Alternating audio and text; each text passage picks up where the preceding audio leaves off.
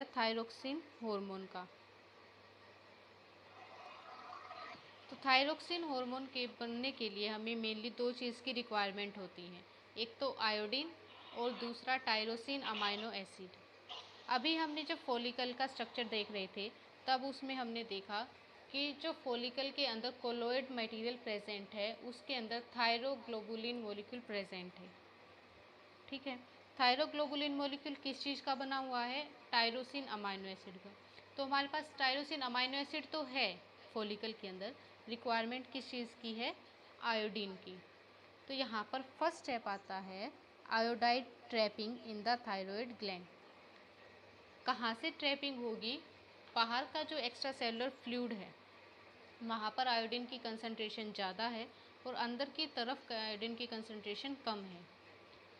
जब भी हमें कोई रिक्वायरमेंट होगी यानी थायरॉयड ग्लैंड के पास स्टिमुलस आएगा कि अब सिक्रीशन करना है। स्टिमुलस कहाँ से आता है? ब्रेन से मैसेज आएगा हाइपोथैलेमस के थ्रू। हाइपोथैलेमस जो होगा पिट्यूटरी को मैसेज सेंड करेगा और pituitary thyroid stimulating hormone release करेगी, वो आके एक्ट करती है थायरॉयड ग्लैंड के ऊपर। थायरॉयड ग्लैंड अब क्या करेगा? अपने मेम्ब्रेन का सोडियम आयोडाइड चैनल ओपन करेगा। जैसे ही सोडियम आयोडाइड चैनल ओपन होंगे, आयोडाइड जो है बाहर के एक्स्ट्रा सेलुलर मटेरियल से आयोडाइड पंप के थ्रू अंदर आ जाएंगे। इससे क्या होगा? अंदर जो कोलोइड पार्टिकल है वहाँ पर आयोडाइड की कंसंट्रेशन चेंज हो जाएगी यानी इंक्रीज हो जाएंगी।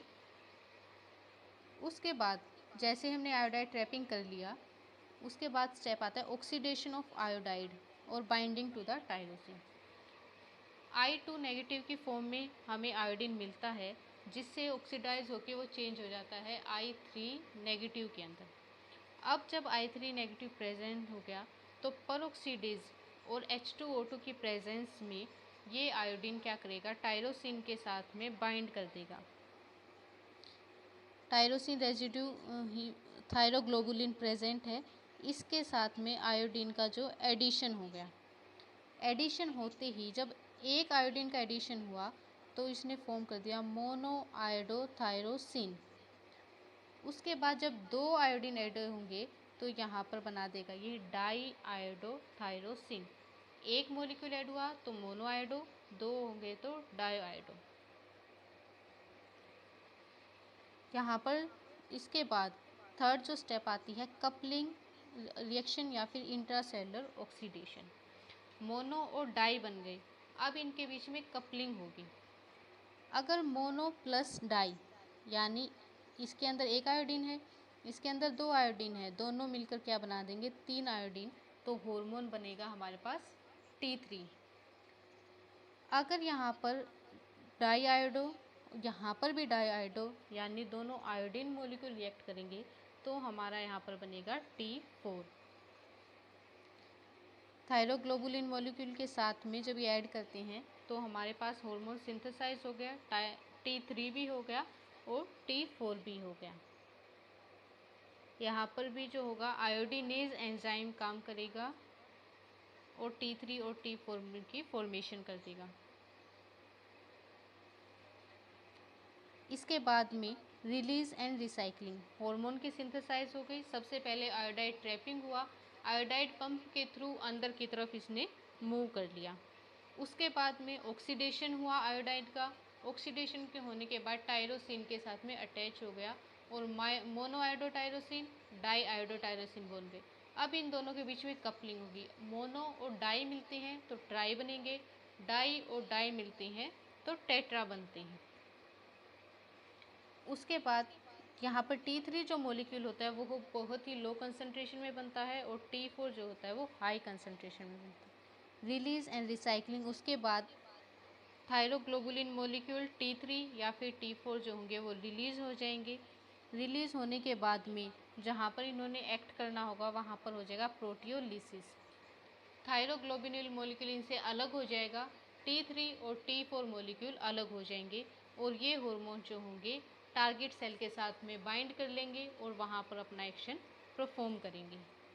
इस तरह से जो यहाँ पर फॉर्मेशन होती है। इसके बाद अगर हम केमिकल स्ट्रक्चर देखते हैं, ठीक है, हमारे पास यहाँ पर प्रेजेंट है टायरोसिन अमाइनो एसिड, एक बेंजीन रिंग प्रेजेंट है, हाइड्रोक्सिल ग्रुप है और एक हाइड्रोकार्बन चेन प्रेजेंट है। यहाँ पर ऑक्सीडेशन ऑर्गेनिफिकेशन परऑक्सीडेज एंजाइम है, आयोडीन भी है और H2O2 भी है। ठीक है, सबसे पहले थर्ड पोजीशन पे एक आयोडीन एडिशन होगा, मोनो आयोडो टायरोसिन की फॉर्मेशन। उसके बाद में यहीं पर जो फिफ्थ पोजीशन है यहाँ पर एक आयोडीन ऐड होगा और ये हो जाएगा 3,5 डाई आयोडो टायरोसिन। उसके बाद यहाँ पर कपलिंग रिएक्शन होती है, परऑक्सीडेज एंजाइम की प्रेजेंस में होगी और यहाँ पर या तो T3 मॉलिक्यूल बनता है या फिर यहाँ पर T4 मॉलिक्यूल मिलता है। अगर हम इनको केमिकल रिएक्शन के अंदर प्रोसीड करेंगे तो इस तरह से ये दोनों मॉलिक्यूल क्या करते हैं, बाइंड करते हैं और ऑक्सीजन के साथ में अटैच होते हैं। हाइड्रोक्स जो कार्बन चेन है वो इस तरह से बैक साइड पे अटैच रहती है। अब यहाँ पर T3 और T4 मॉलिक्यूल का फॉर्मेशन हो गया।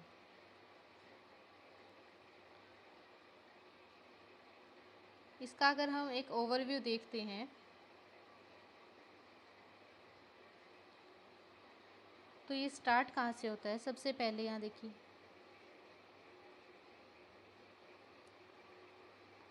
Thyroglobulin is synthesized and discharge into follicle lumen. Follicle present है यहाँ पर, ये इसका कोलोइड एरिया है। ठीक है, यहाँ से क्या होगा, थायरोग्लोबुलिन मॉलिक्यूल सिंथेसाइज हो गया और रिलीज हो गया। उसके बाद में ट्रैपिंग ऑफ आयोडाइड, बाहर से एक्स्ट्रा सेलुलर मटेरियल से आयोडाइड पंप के थ्रू यहाँ पर ट्रैपिंग हुई। ट्रैपिंग होने के बाद में ये इन्होंने क्या किया, ऑक्सीडेशन किया। ऑक्सीडेशन के बाद एक्टिव फॉर्म में चेंज हो गए और यहाँ पर थायरोग्लोबिन मॉलिक्यूल के साथ में बाइंडिंग कर दी। यहाँ से थायरोग्लोबुलिन मॉलिक्यूल आया, आयोडाइड पंप यहाँ आया, ऑक्सीडेशन हुआ, एक्टिव फॉर्म में चेंज हो गई। Iodine enter the follicle lumen where it attach to the tyrosine in colloid forming DIT and MIT। DIT मतलब डाई आयोडो टायरोसिन और MIT मतलब मोनो आयोडो टायरोसिन। इसके बाद में iodinated tyrosine are linked together to form T3 और T4। अगर die mono मिलते हैं तो यहाँ पर फॉर्मेशन होती है ट्राई आयोडो टायरोसिन यानी T3 और अगर डाई और डाई मिलते हैं तो यहाँ पर T4। उसके बाद thyroglobulin colloid is endocytosed and combined with a lysosome. Lysosome के साथ में फ्यूज़न करती हैं और यहाँ पर फिर क्या होगा, लाइसोसोम में डिग्रेडेशन होता है, प्रोटियोलिटिक डिग्रेडेशन होगा। थायरोग्लोबुलिन मॉलिक्यूल अलग हो जाएगा, T4 और T3 अलग हो जाएंगे और फिर ये पेरिफेरल टिश्यू के अंदर माइग्रेट कर जाएंगे और टारगेट सेल के ऊपर जाकर बाइंड कर जाएंगे। इस तरह से इनका सिंथेसिस होगा। यहाँ तक अगर किसी को कोई प्रॉब्लम कुछ ना समझ में आया है तो बताओ।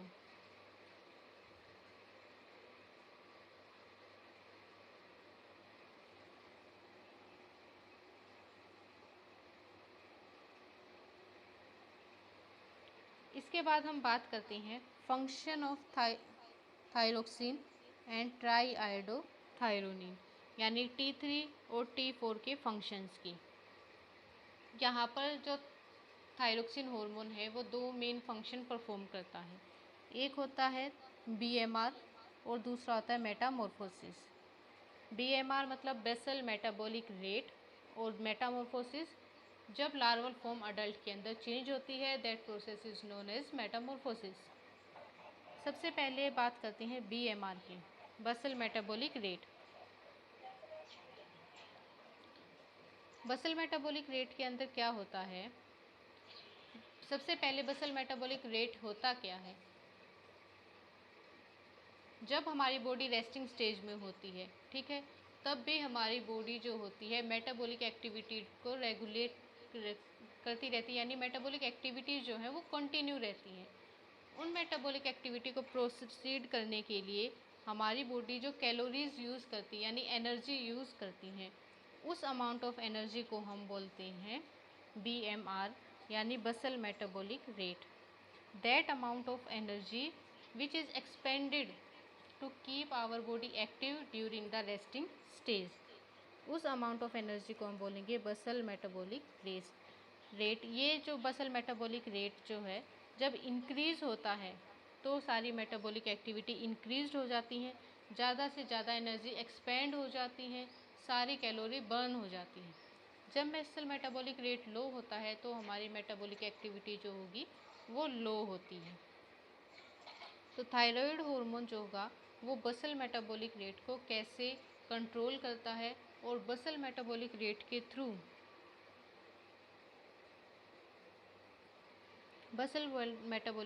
थ्रू कैसे पूरी बॉडी की मेटाबॉलिक एक्टिविटीज़ को ये कंट्रोल करता है।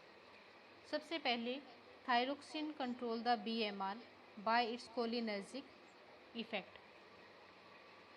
कोलिनर्जिक इफेक्ट का मतलब क्या है? इंक्रीज्ड मेटाबॉलिक रिएक्शंस और increased rate of O2 consumption. Metabolic activities को भी इंक्रीज़ करना और ऑक्सीजन कंजप्शन को भी इंक्रीज़ करना। जितनी ज़्यादा मेटाबॉलिक एक्टिविटी इंक्रीज़ होंगी उतनी ज़्यादा ऑक्सीजन कंज्यूम होगी, उतनी ज़्यादा जो एनर्जी बर्न होगी या फिर कैलोरी जो होगी वो बर्न होगी। इसको हम बोलते हैं कोलिनर्जिक इफेक्ट।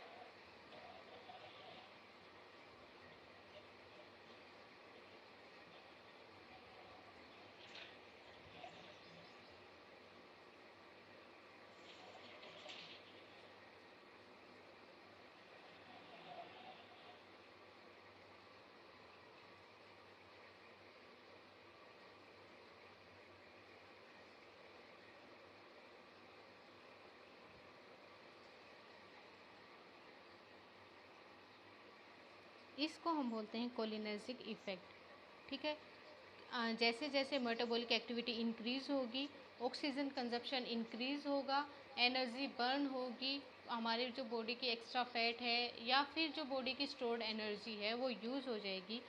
उस एनर्जी को यूज़ करके जब थायरोक्सिन हमारे बेसल मेटाबॉलिक रेट को कंट्रोल करता है तब हम उसे बोलते हैं cholinergic effect. Normal adult man का जो BMR होता है वो about 48 calorie per meter square होता है, यानी about 1600 to 700 kilo calorie per day. वही जो व्यूमेन का होता है वो 37.5 कैलोरी पर मीटर स्क्वेयर इन पर डे। ठीक है, तो यहाँ पर कोलिनर्जिक इफेक्ट जो होता है थायराइड हार्मोन का हम कैसे कह सकते हैं कि जब थायरोक्सिन का जो हाइपर सिक्रीशन होता है, हाइपर सिक्रीशन मतलब ज़्यादा अमाउंट में सिक्रीशन होता है, तो वो क्या करते हैं BMR के रेट को इंक्रीज़ करते हैं 60 to 100%। लेकिन जब हाइपोसिक्रीशन होता है तब हमारा BMR जो है डिक्रीज़ हो जाता है। मतलब एक जब हम थायराइड के हाई लेवल होता है तब BMR को मेज़र करते हैं और एक जब थायराइड लेवल लो होता है तो BMR को मेज़र करते हैं, तब उसके साथ साथ में चेंजेस कंडीशन में होता है, वेरी करता है। इससे हमें शो होता है कि थायराइड हार्मोन जो है हमारे BMR को कंट्रोल करता है through the calorigenic effect. Hypersecretion जो होता है थायरोक्सिन का वो माइटोकॉन्ड्रिया को भी और सेल के साइज़ को भी इंक्रीज़ कर देता है। इससे क्या होगा, थायराइड हार्मोन जो है हमें पता चलता है कि थायराइड हार्मोन बहुत सारी मेटाबॉलिक एक्टिविटीज़ को रेगुलेट करता है। सबसे पहले बात करें effect on carbohydrate metabolism. Thyroid hormone जो होगा कार्बोहाइड्रेट मेटाबॉलिज्म को क्या करता है, इंक्रीज़ करता है। किस तरह से, ग्लूकोज अपटेक को, ताकि सेल जो होकर सारी एनर्जी कंज्यूम कर ले, सारा ग्लूकोज को अपटेक कर ले, उसको इंक्रीज़ करता है। इंटेस्टाइनल अब्जॉर्प्शन को, ताकि ग्लूकोज जो है सारी अब्जॉर्ब हो जाए, कुछ भी वेस्ट ना हो, उसको इंक्रीज़ करता है। ग्लाइकोनियोजेनेसिस, ग्लाइकोजन की फॉर्मेशन को इंक्रीज़ करता है। ग्लाइकोलिसिस को इंक्रीज़ करता है ताकि ज़्यादा से ज़्यादा एनर्जी प्रोड्यूस हो। ग्लाइकोजिनोलिसिस, ग्लाइकोजन से ग्लूकोज की फॉर्मेशन को इंक्रीज़ करता है, जिससे तो अगर ये कंटिन्यूड अमाउंट में रहता है तो ग्लाइकोसूरिया यानी यूरिन के अंदर ग्लूकोज की कंसंट्रेशन इंक्रीज़ होना उसको इंक्रीज़ करता है, यानी डिसऑर्डर काज करता है। तो थायराइड का कार्बोहाइड्रेट मेटाबॉलिज्म में क्या कह सकते हैं, ये डायरेक्टली प्रोपोर्शनल है। अगर थायरोक्सिन का लेवल इंक्रीज़ होता है तो कार्बोहाइड्रेट मेटाबॉलिज्म इंक्रीज़ होता है। नेक्स्ट जो है वो लिपिड मेटाबॉलिज्म। लिपिड मेटाबॉलिज्म भी डायरेक्टली प्रोपोर्शनल होता है। जितना ज़्यादा थायरोक्सिन का लेवल होगा, लिपिड मेटाबॉलिज्म भी उतना ही ज़्यादा होगा।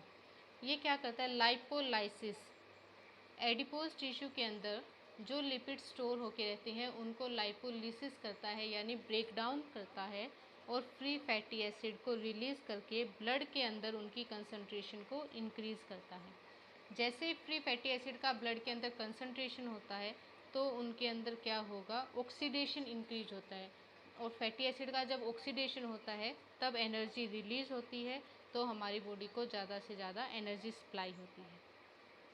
जब थायरोक्सिन लेवल का हाइपर सिक्रीशन होता है, मतलब लेवल ज़्यादा होता है, तब प्लाज्मा लेवल के अंदर कोलेस्ट्रॉल, फॉस्फोलिपिड और ट्राइग्लिसराइड का लेवल इंक्रीज होता है, लेकिन फ्री फैटी एसिड का लेवल डिक्रीज होता है। इससे हमें पता चलता है कि जितना ज़्यादा थायरोक्सिन होगा, लाइपोलाइसिस उतना ही ज़्यादा होता है। लेकिन जब हाइपो सिक्रीशन होगा, यानी कम सिक्रीशन होता है, तो उससे क्या होगा, एक्सेसिव डिपोजिशन होता है फैट का लीवर के अंदर, यानी कोई भी ब्रेकडाउन नहीं होता, लीवर के अंदर फैट डिपॉजिट होता है और डिसऑर्डर काज करता है। नेक्स्ट जो है हमारे पास प्रोटीन मेटाबॉलिज्म। प्रोटीन मेटाबॉलिज्म के लिए भी ये डायरेक्टली प्रोपोर्शनल कह सकते हैं। जितना ज़्यादा हार्मोन रिलीज़ होगा उतना ही ज़्यादा प्रोटीन सिंथेसिस या प्रोटीन मेटाबॉलिज्म का रेट इंक्रीज़ होता है।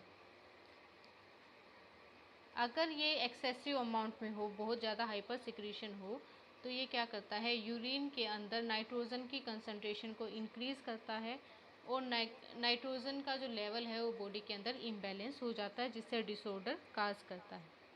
इसके बाद मिनरल मेटाबॉलिज्म की बात करें तो ये जो थायराइड हार्मोन है, ये sodium potassium ATPase pump, sodium pump को क्या करता है, एक्टिवेट करता है। उसको एक्टिवेट करने के बाद क्या होगा, सोडियम और पोटेशियम दोनों का जो ट्रांसपोर्ट होता है वो इंक्रीज़ हो जाता है, और जैसे जैसे सोडियम पोटेशियम ट्रांसपोर्ट इंक्रीज़ होगा, जो इनका रीअब्जॉर्प्शन है वो कम होगा। रीअब्जॉर्प्शन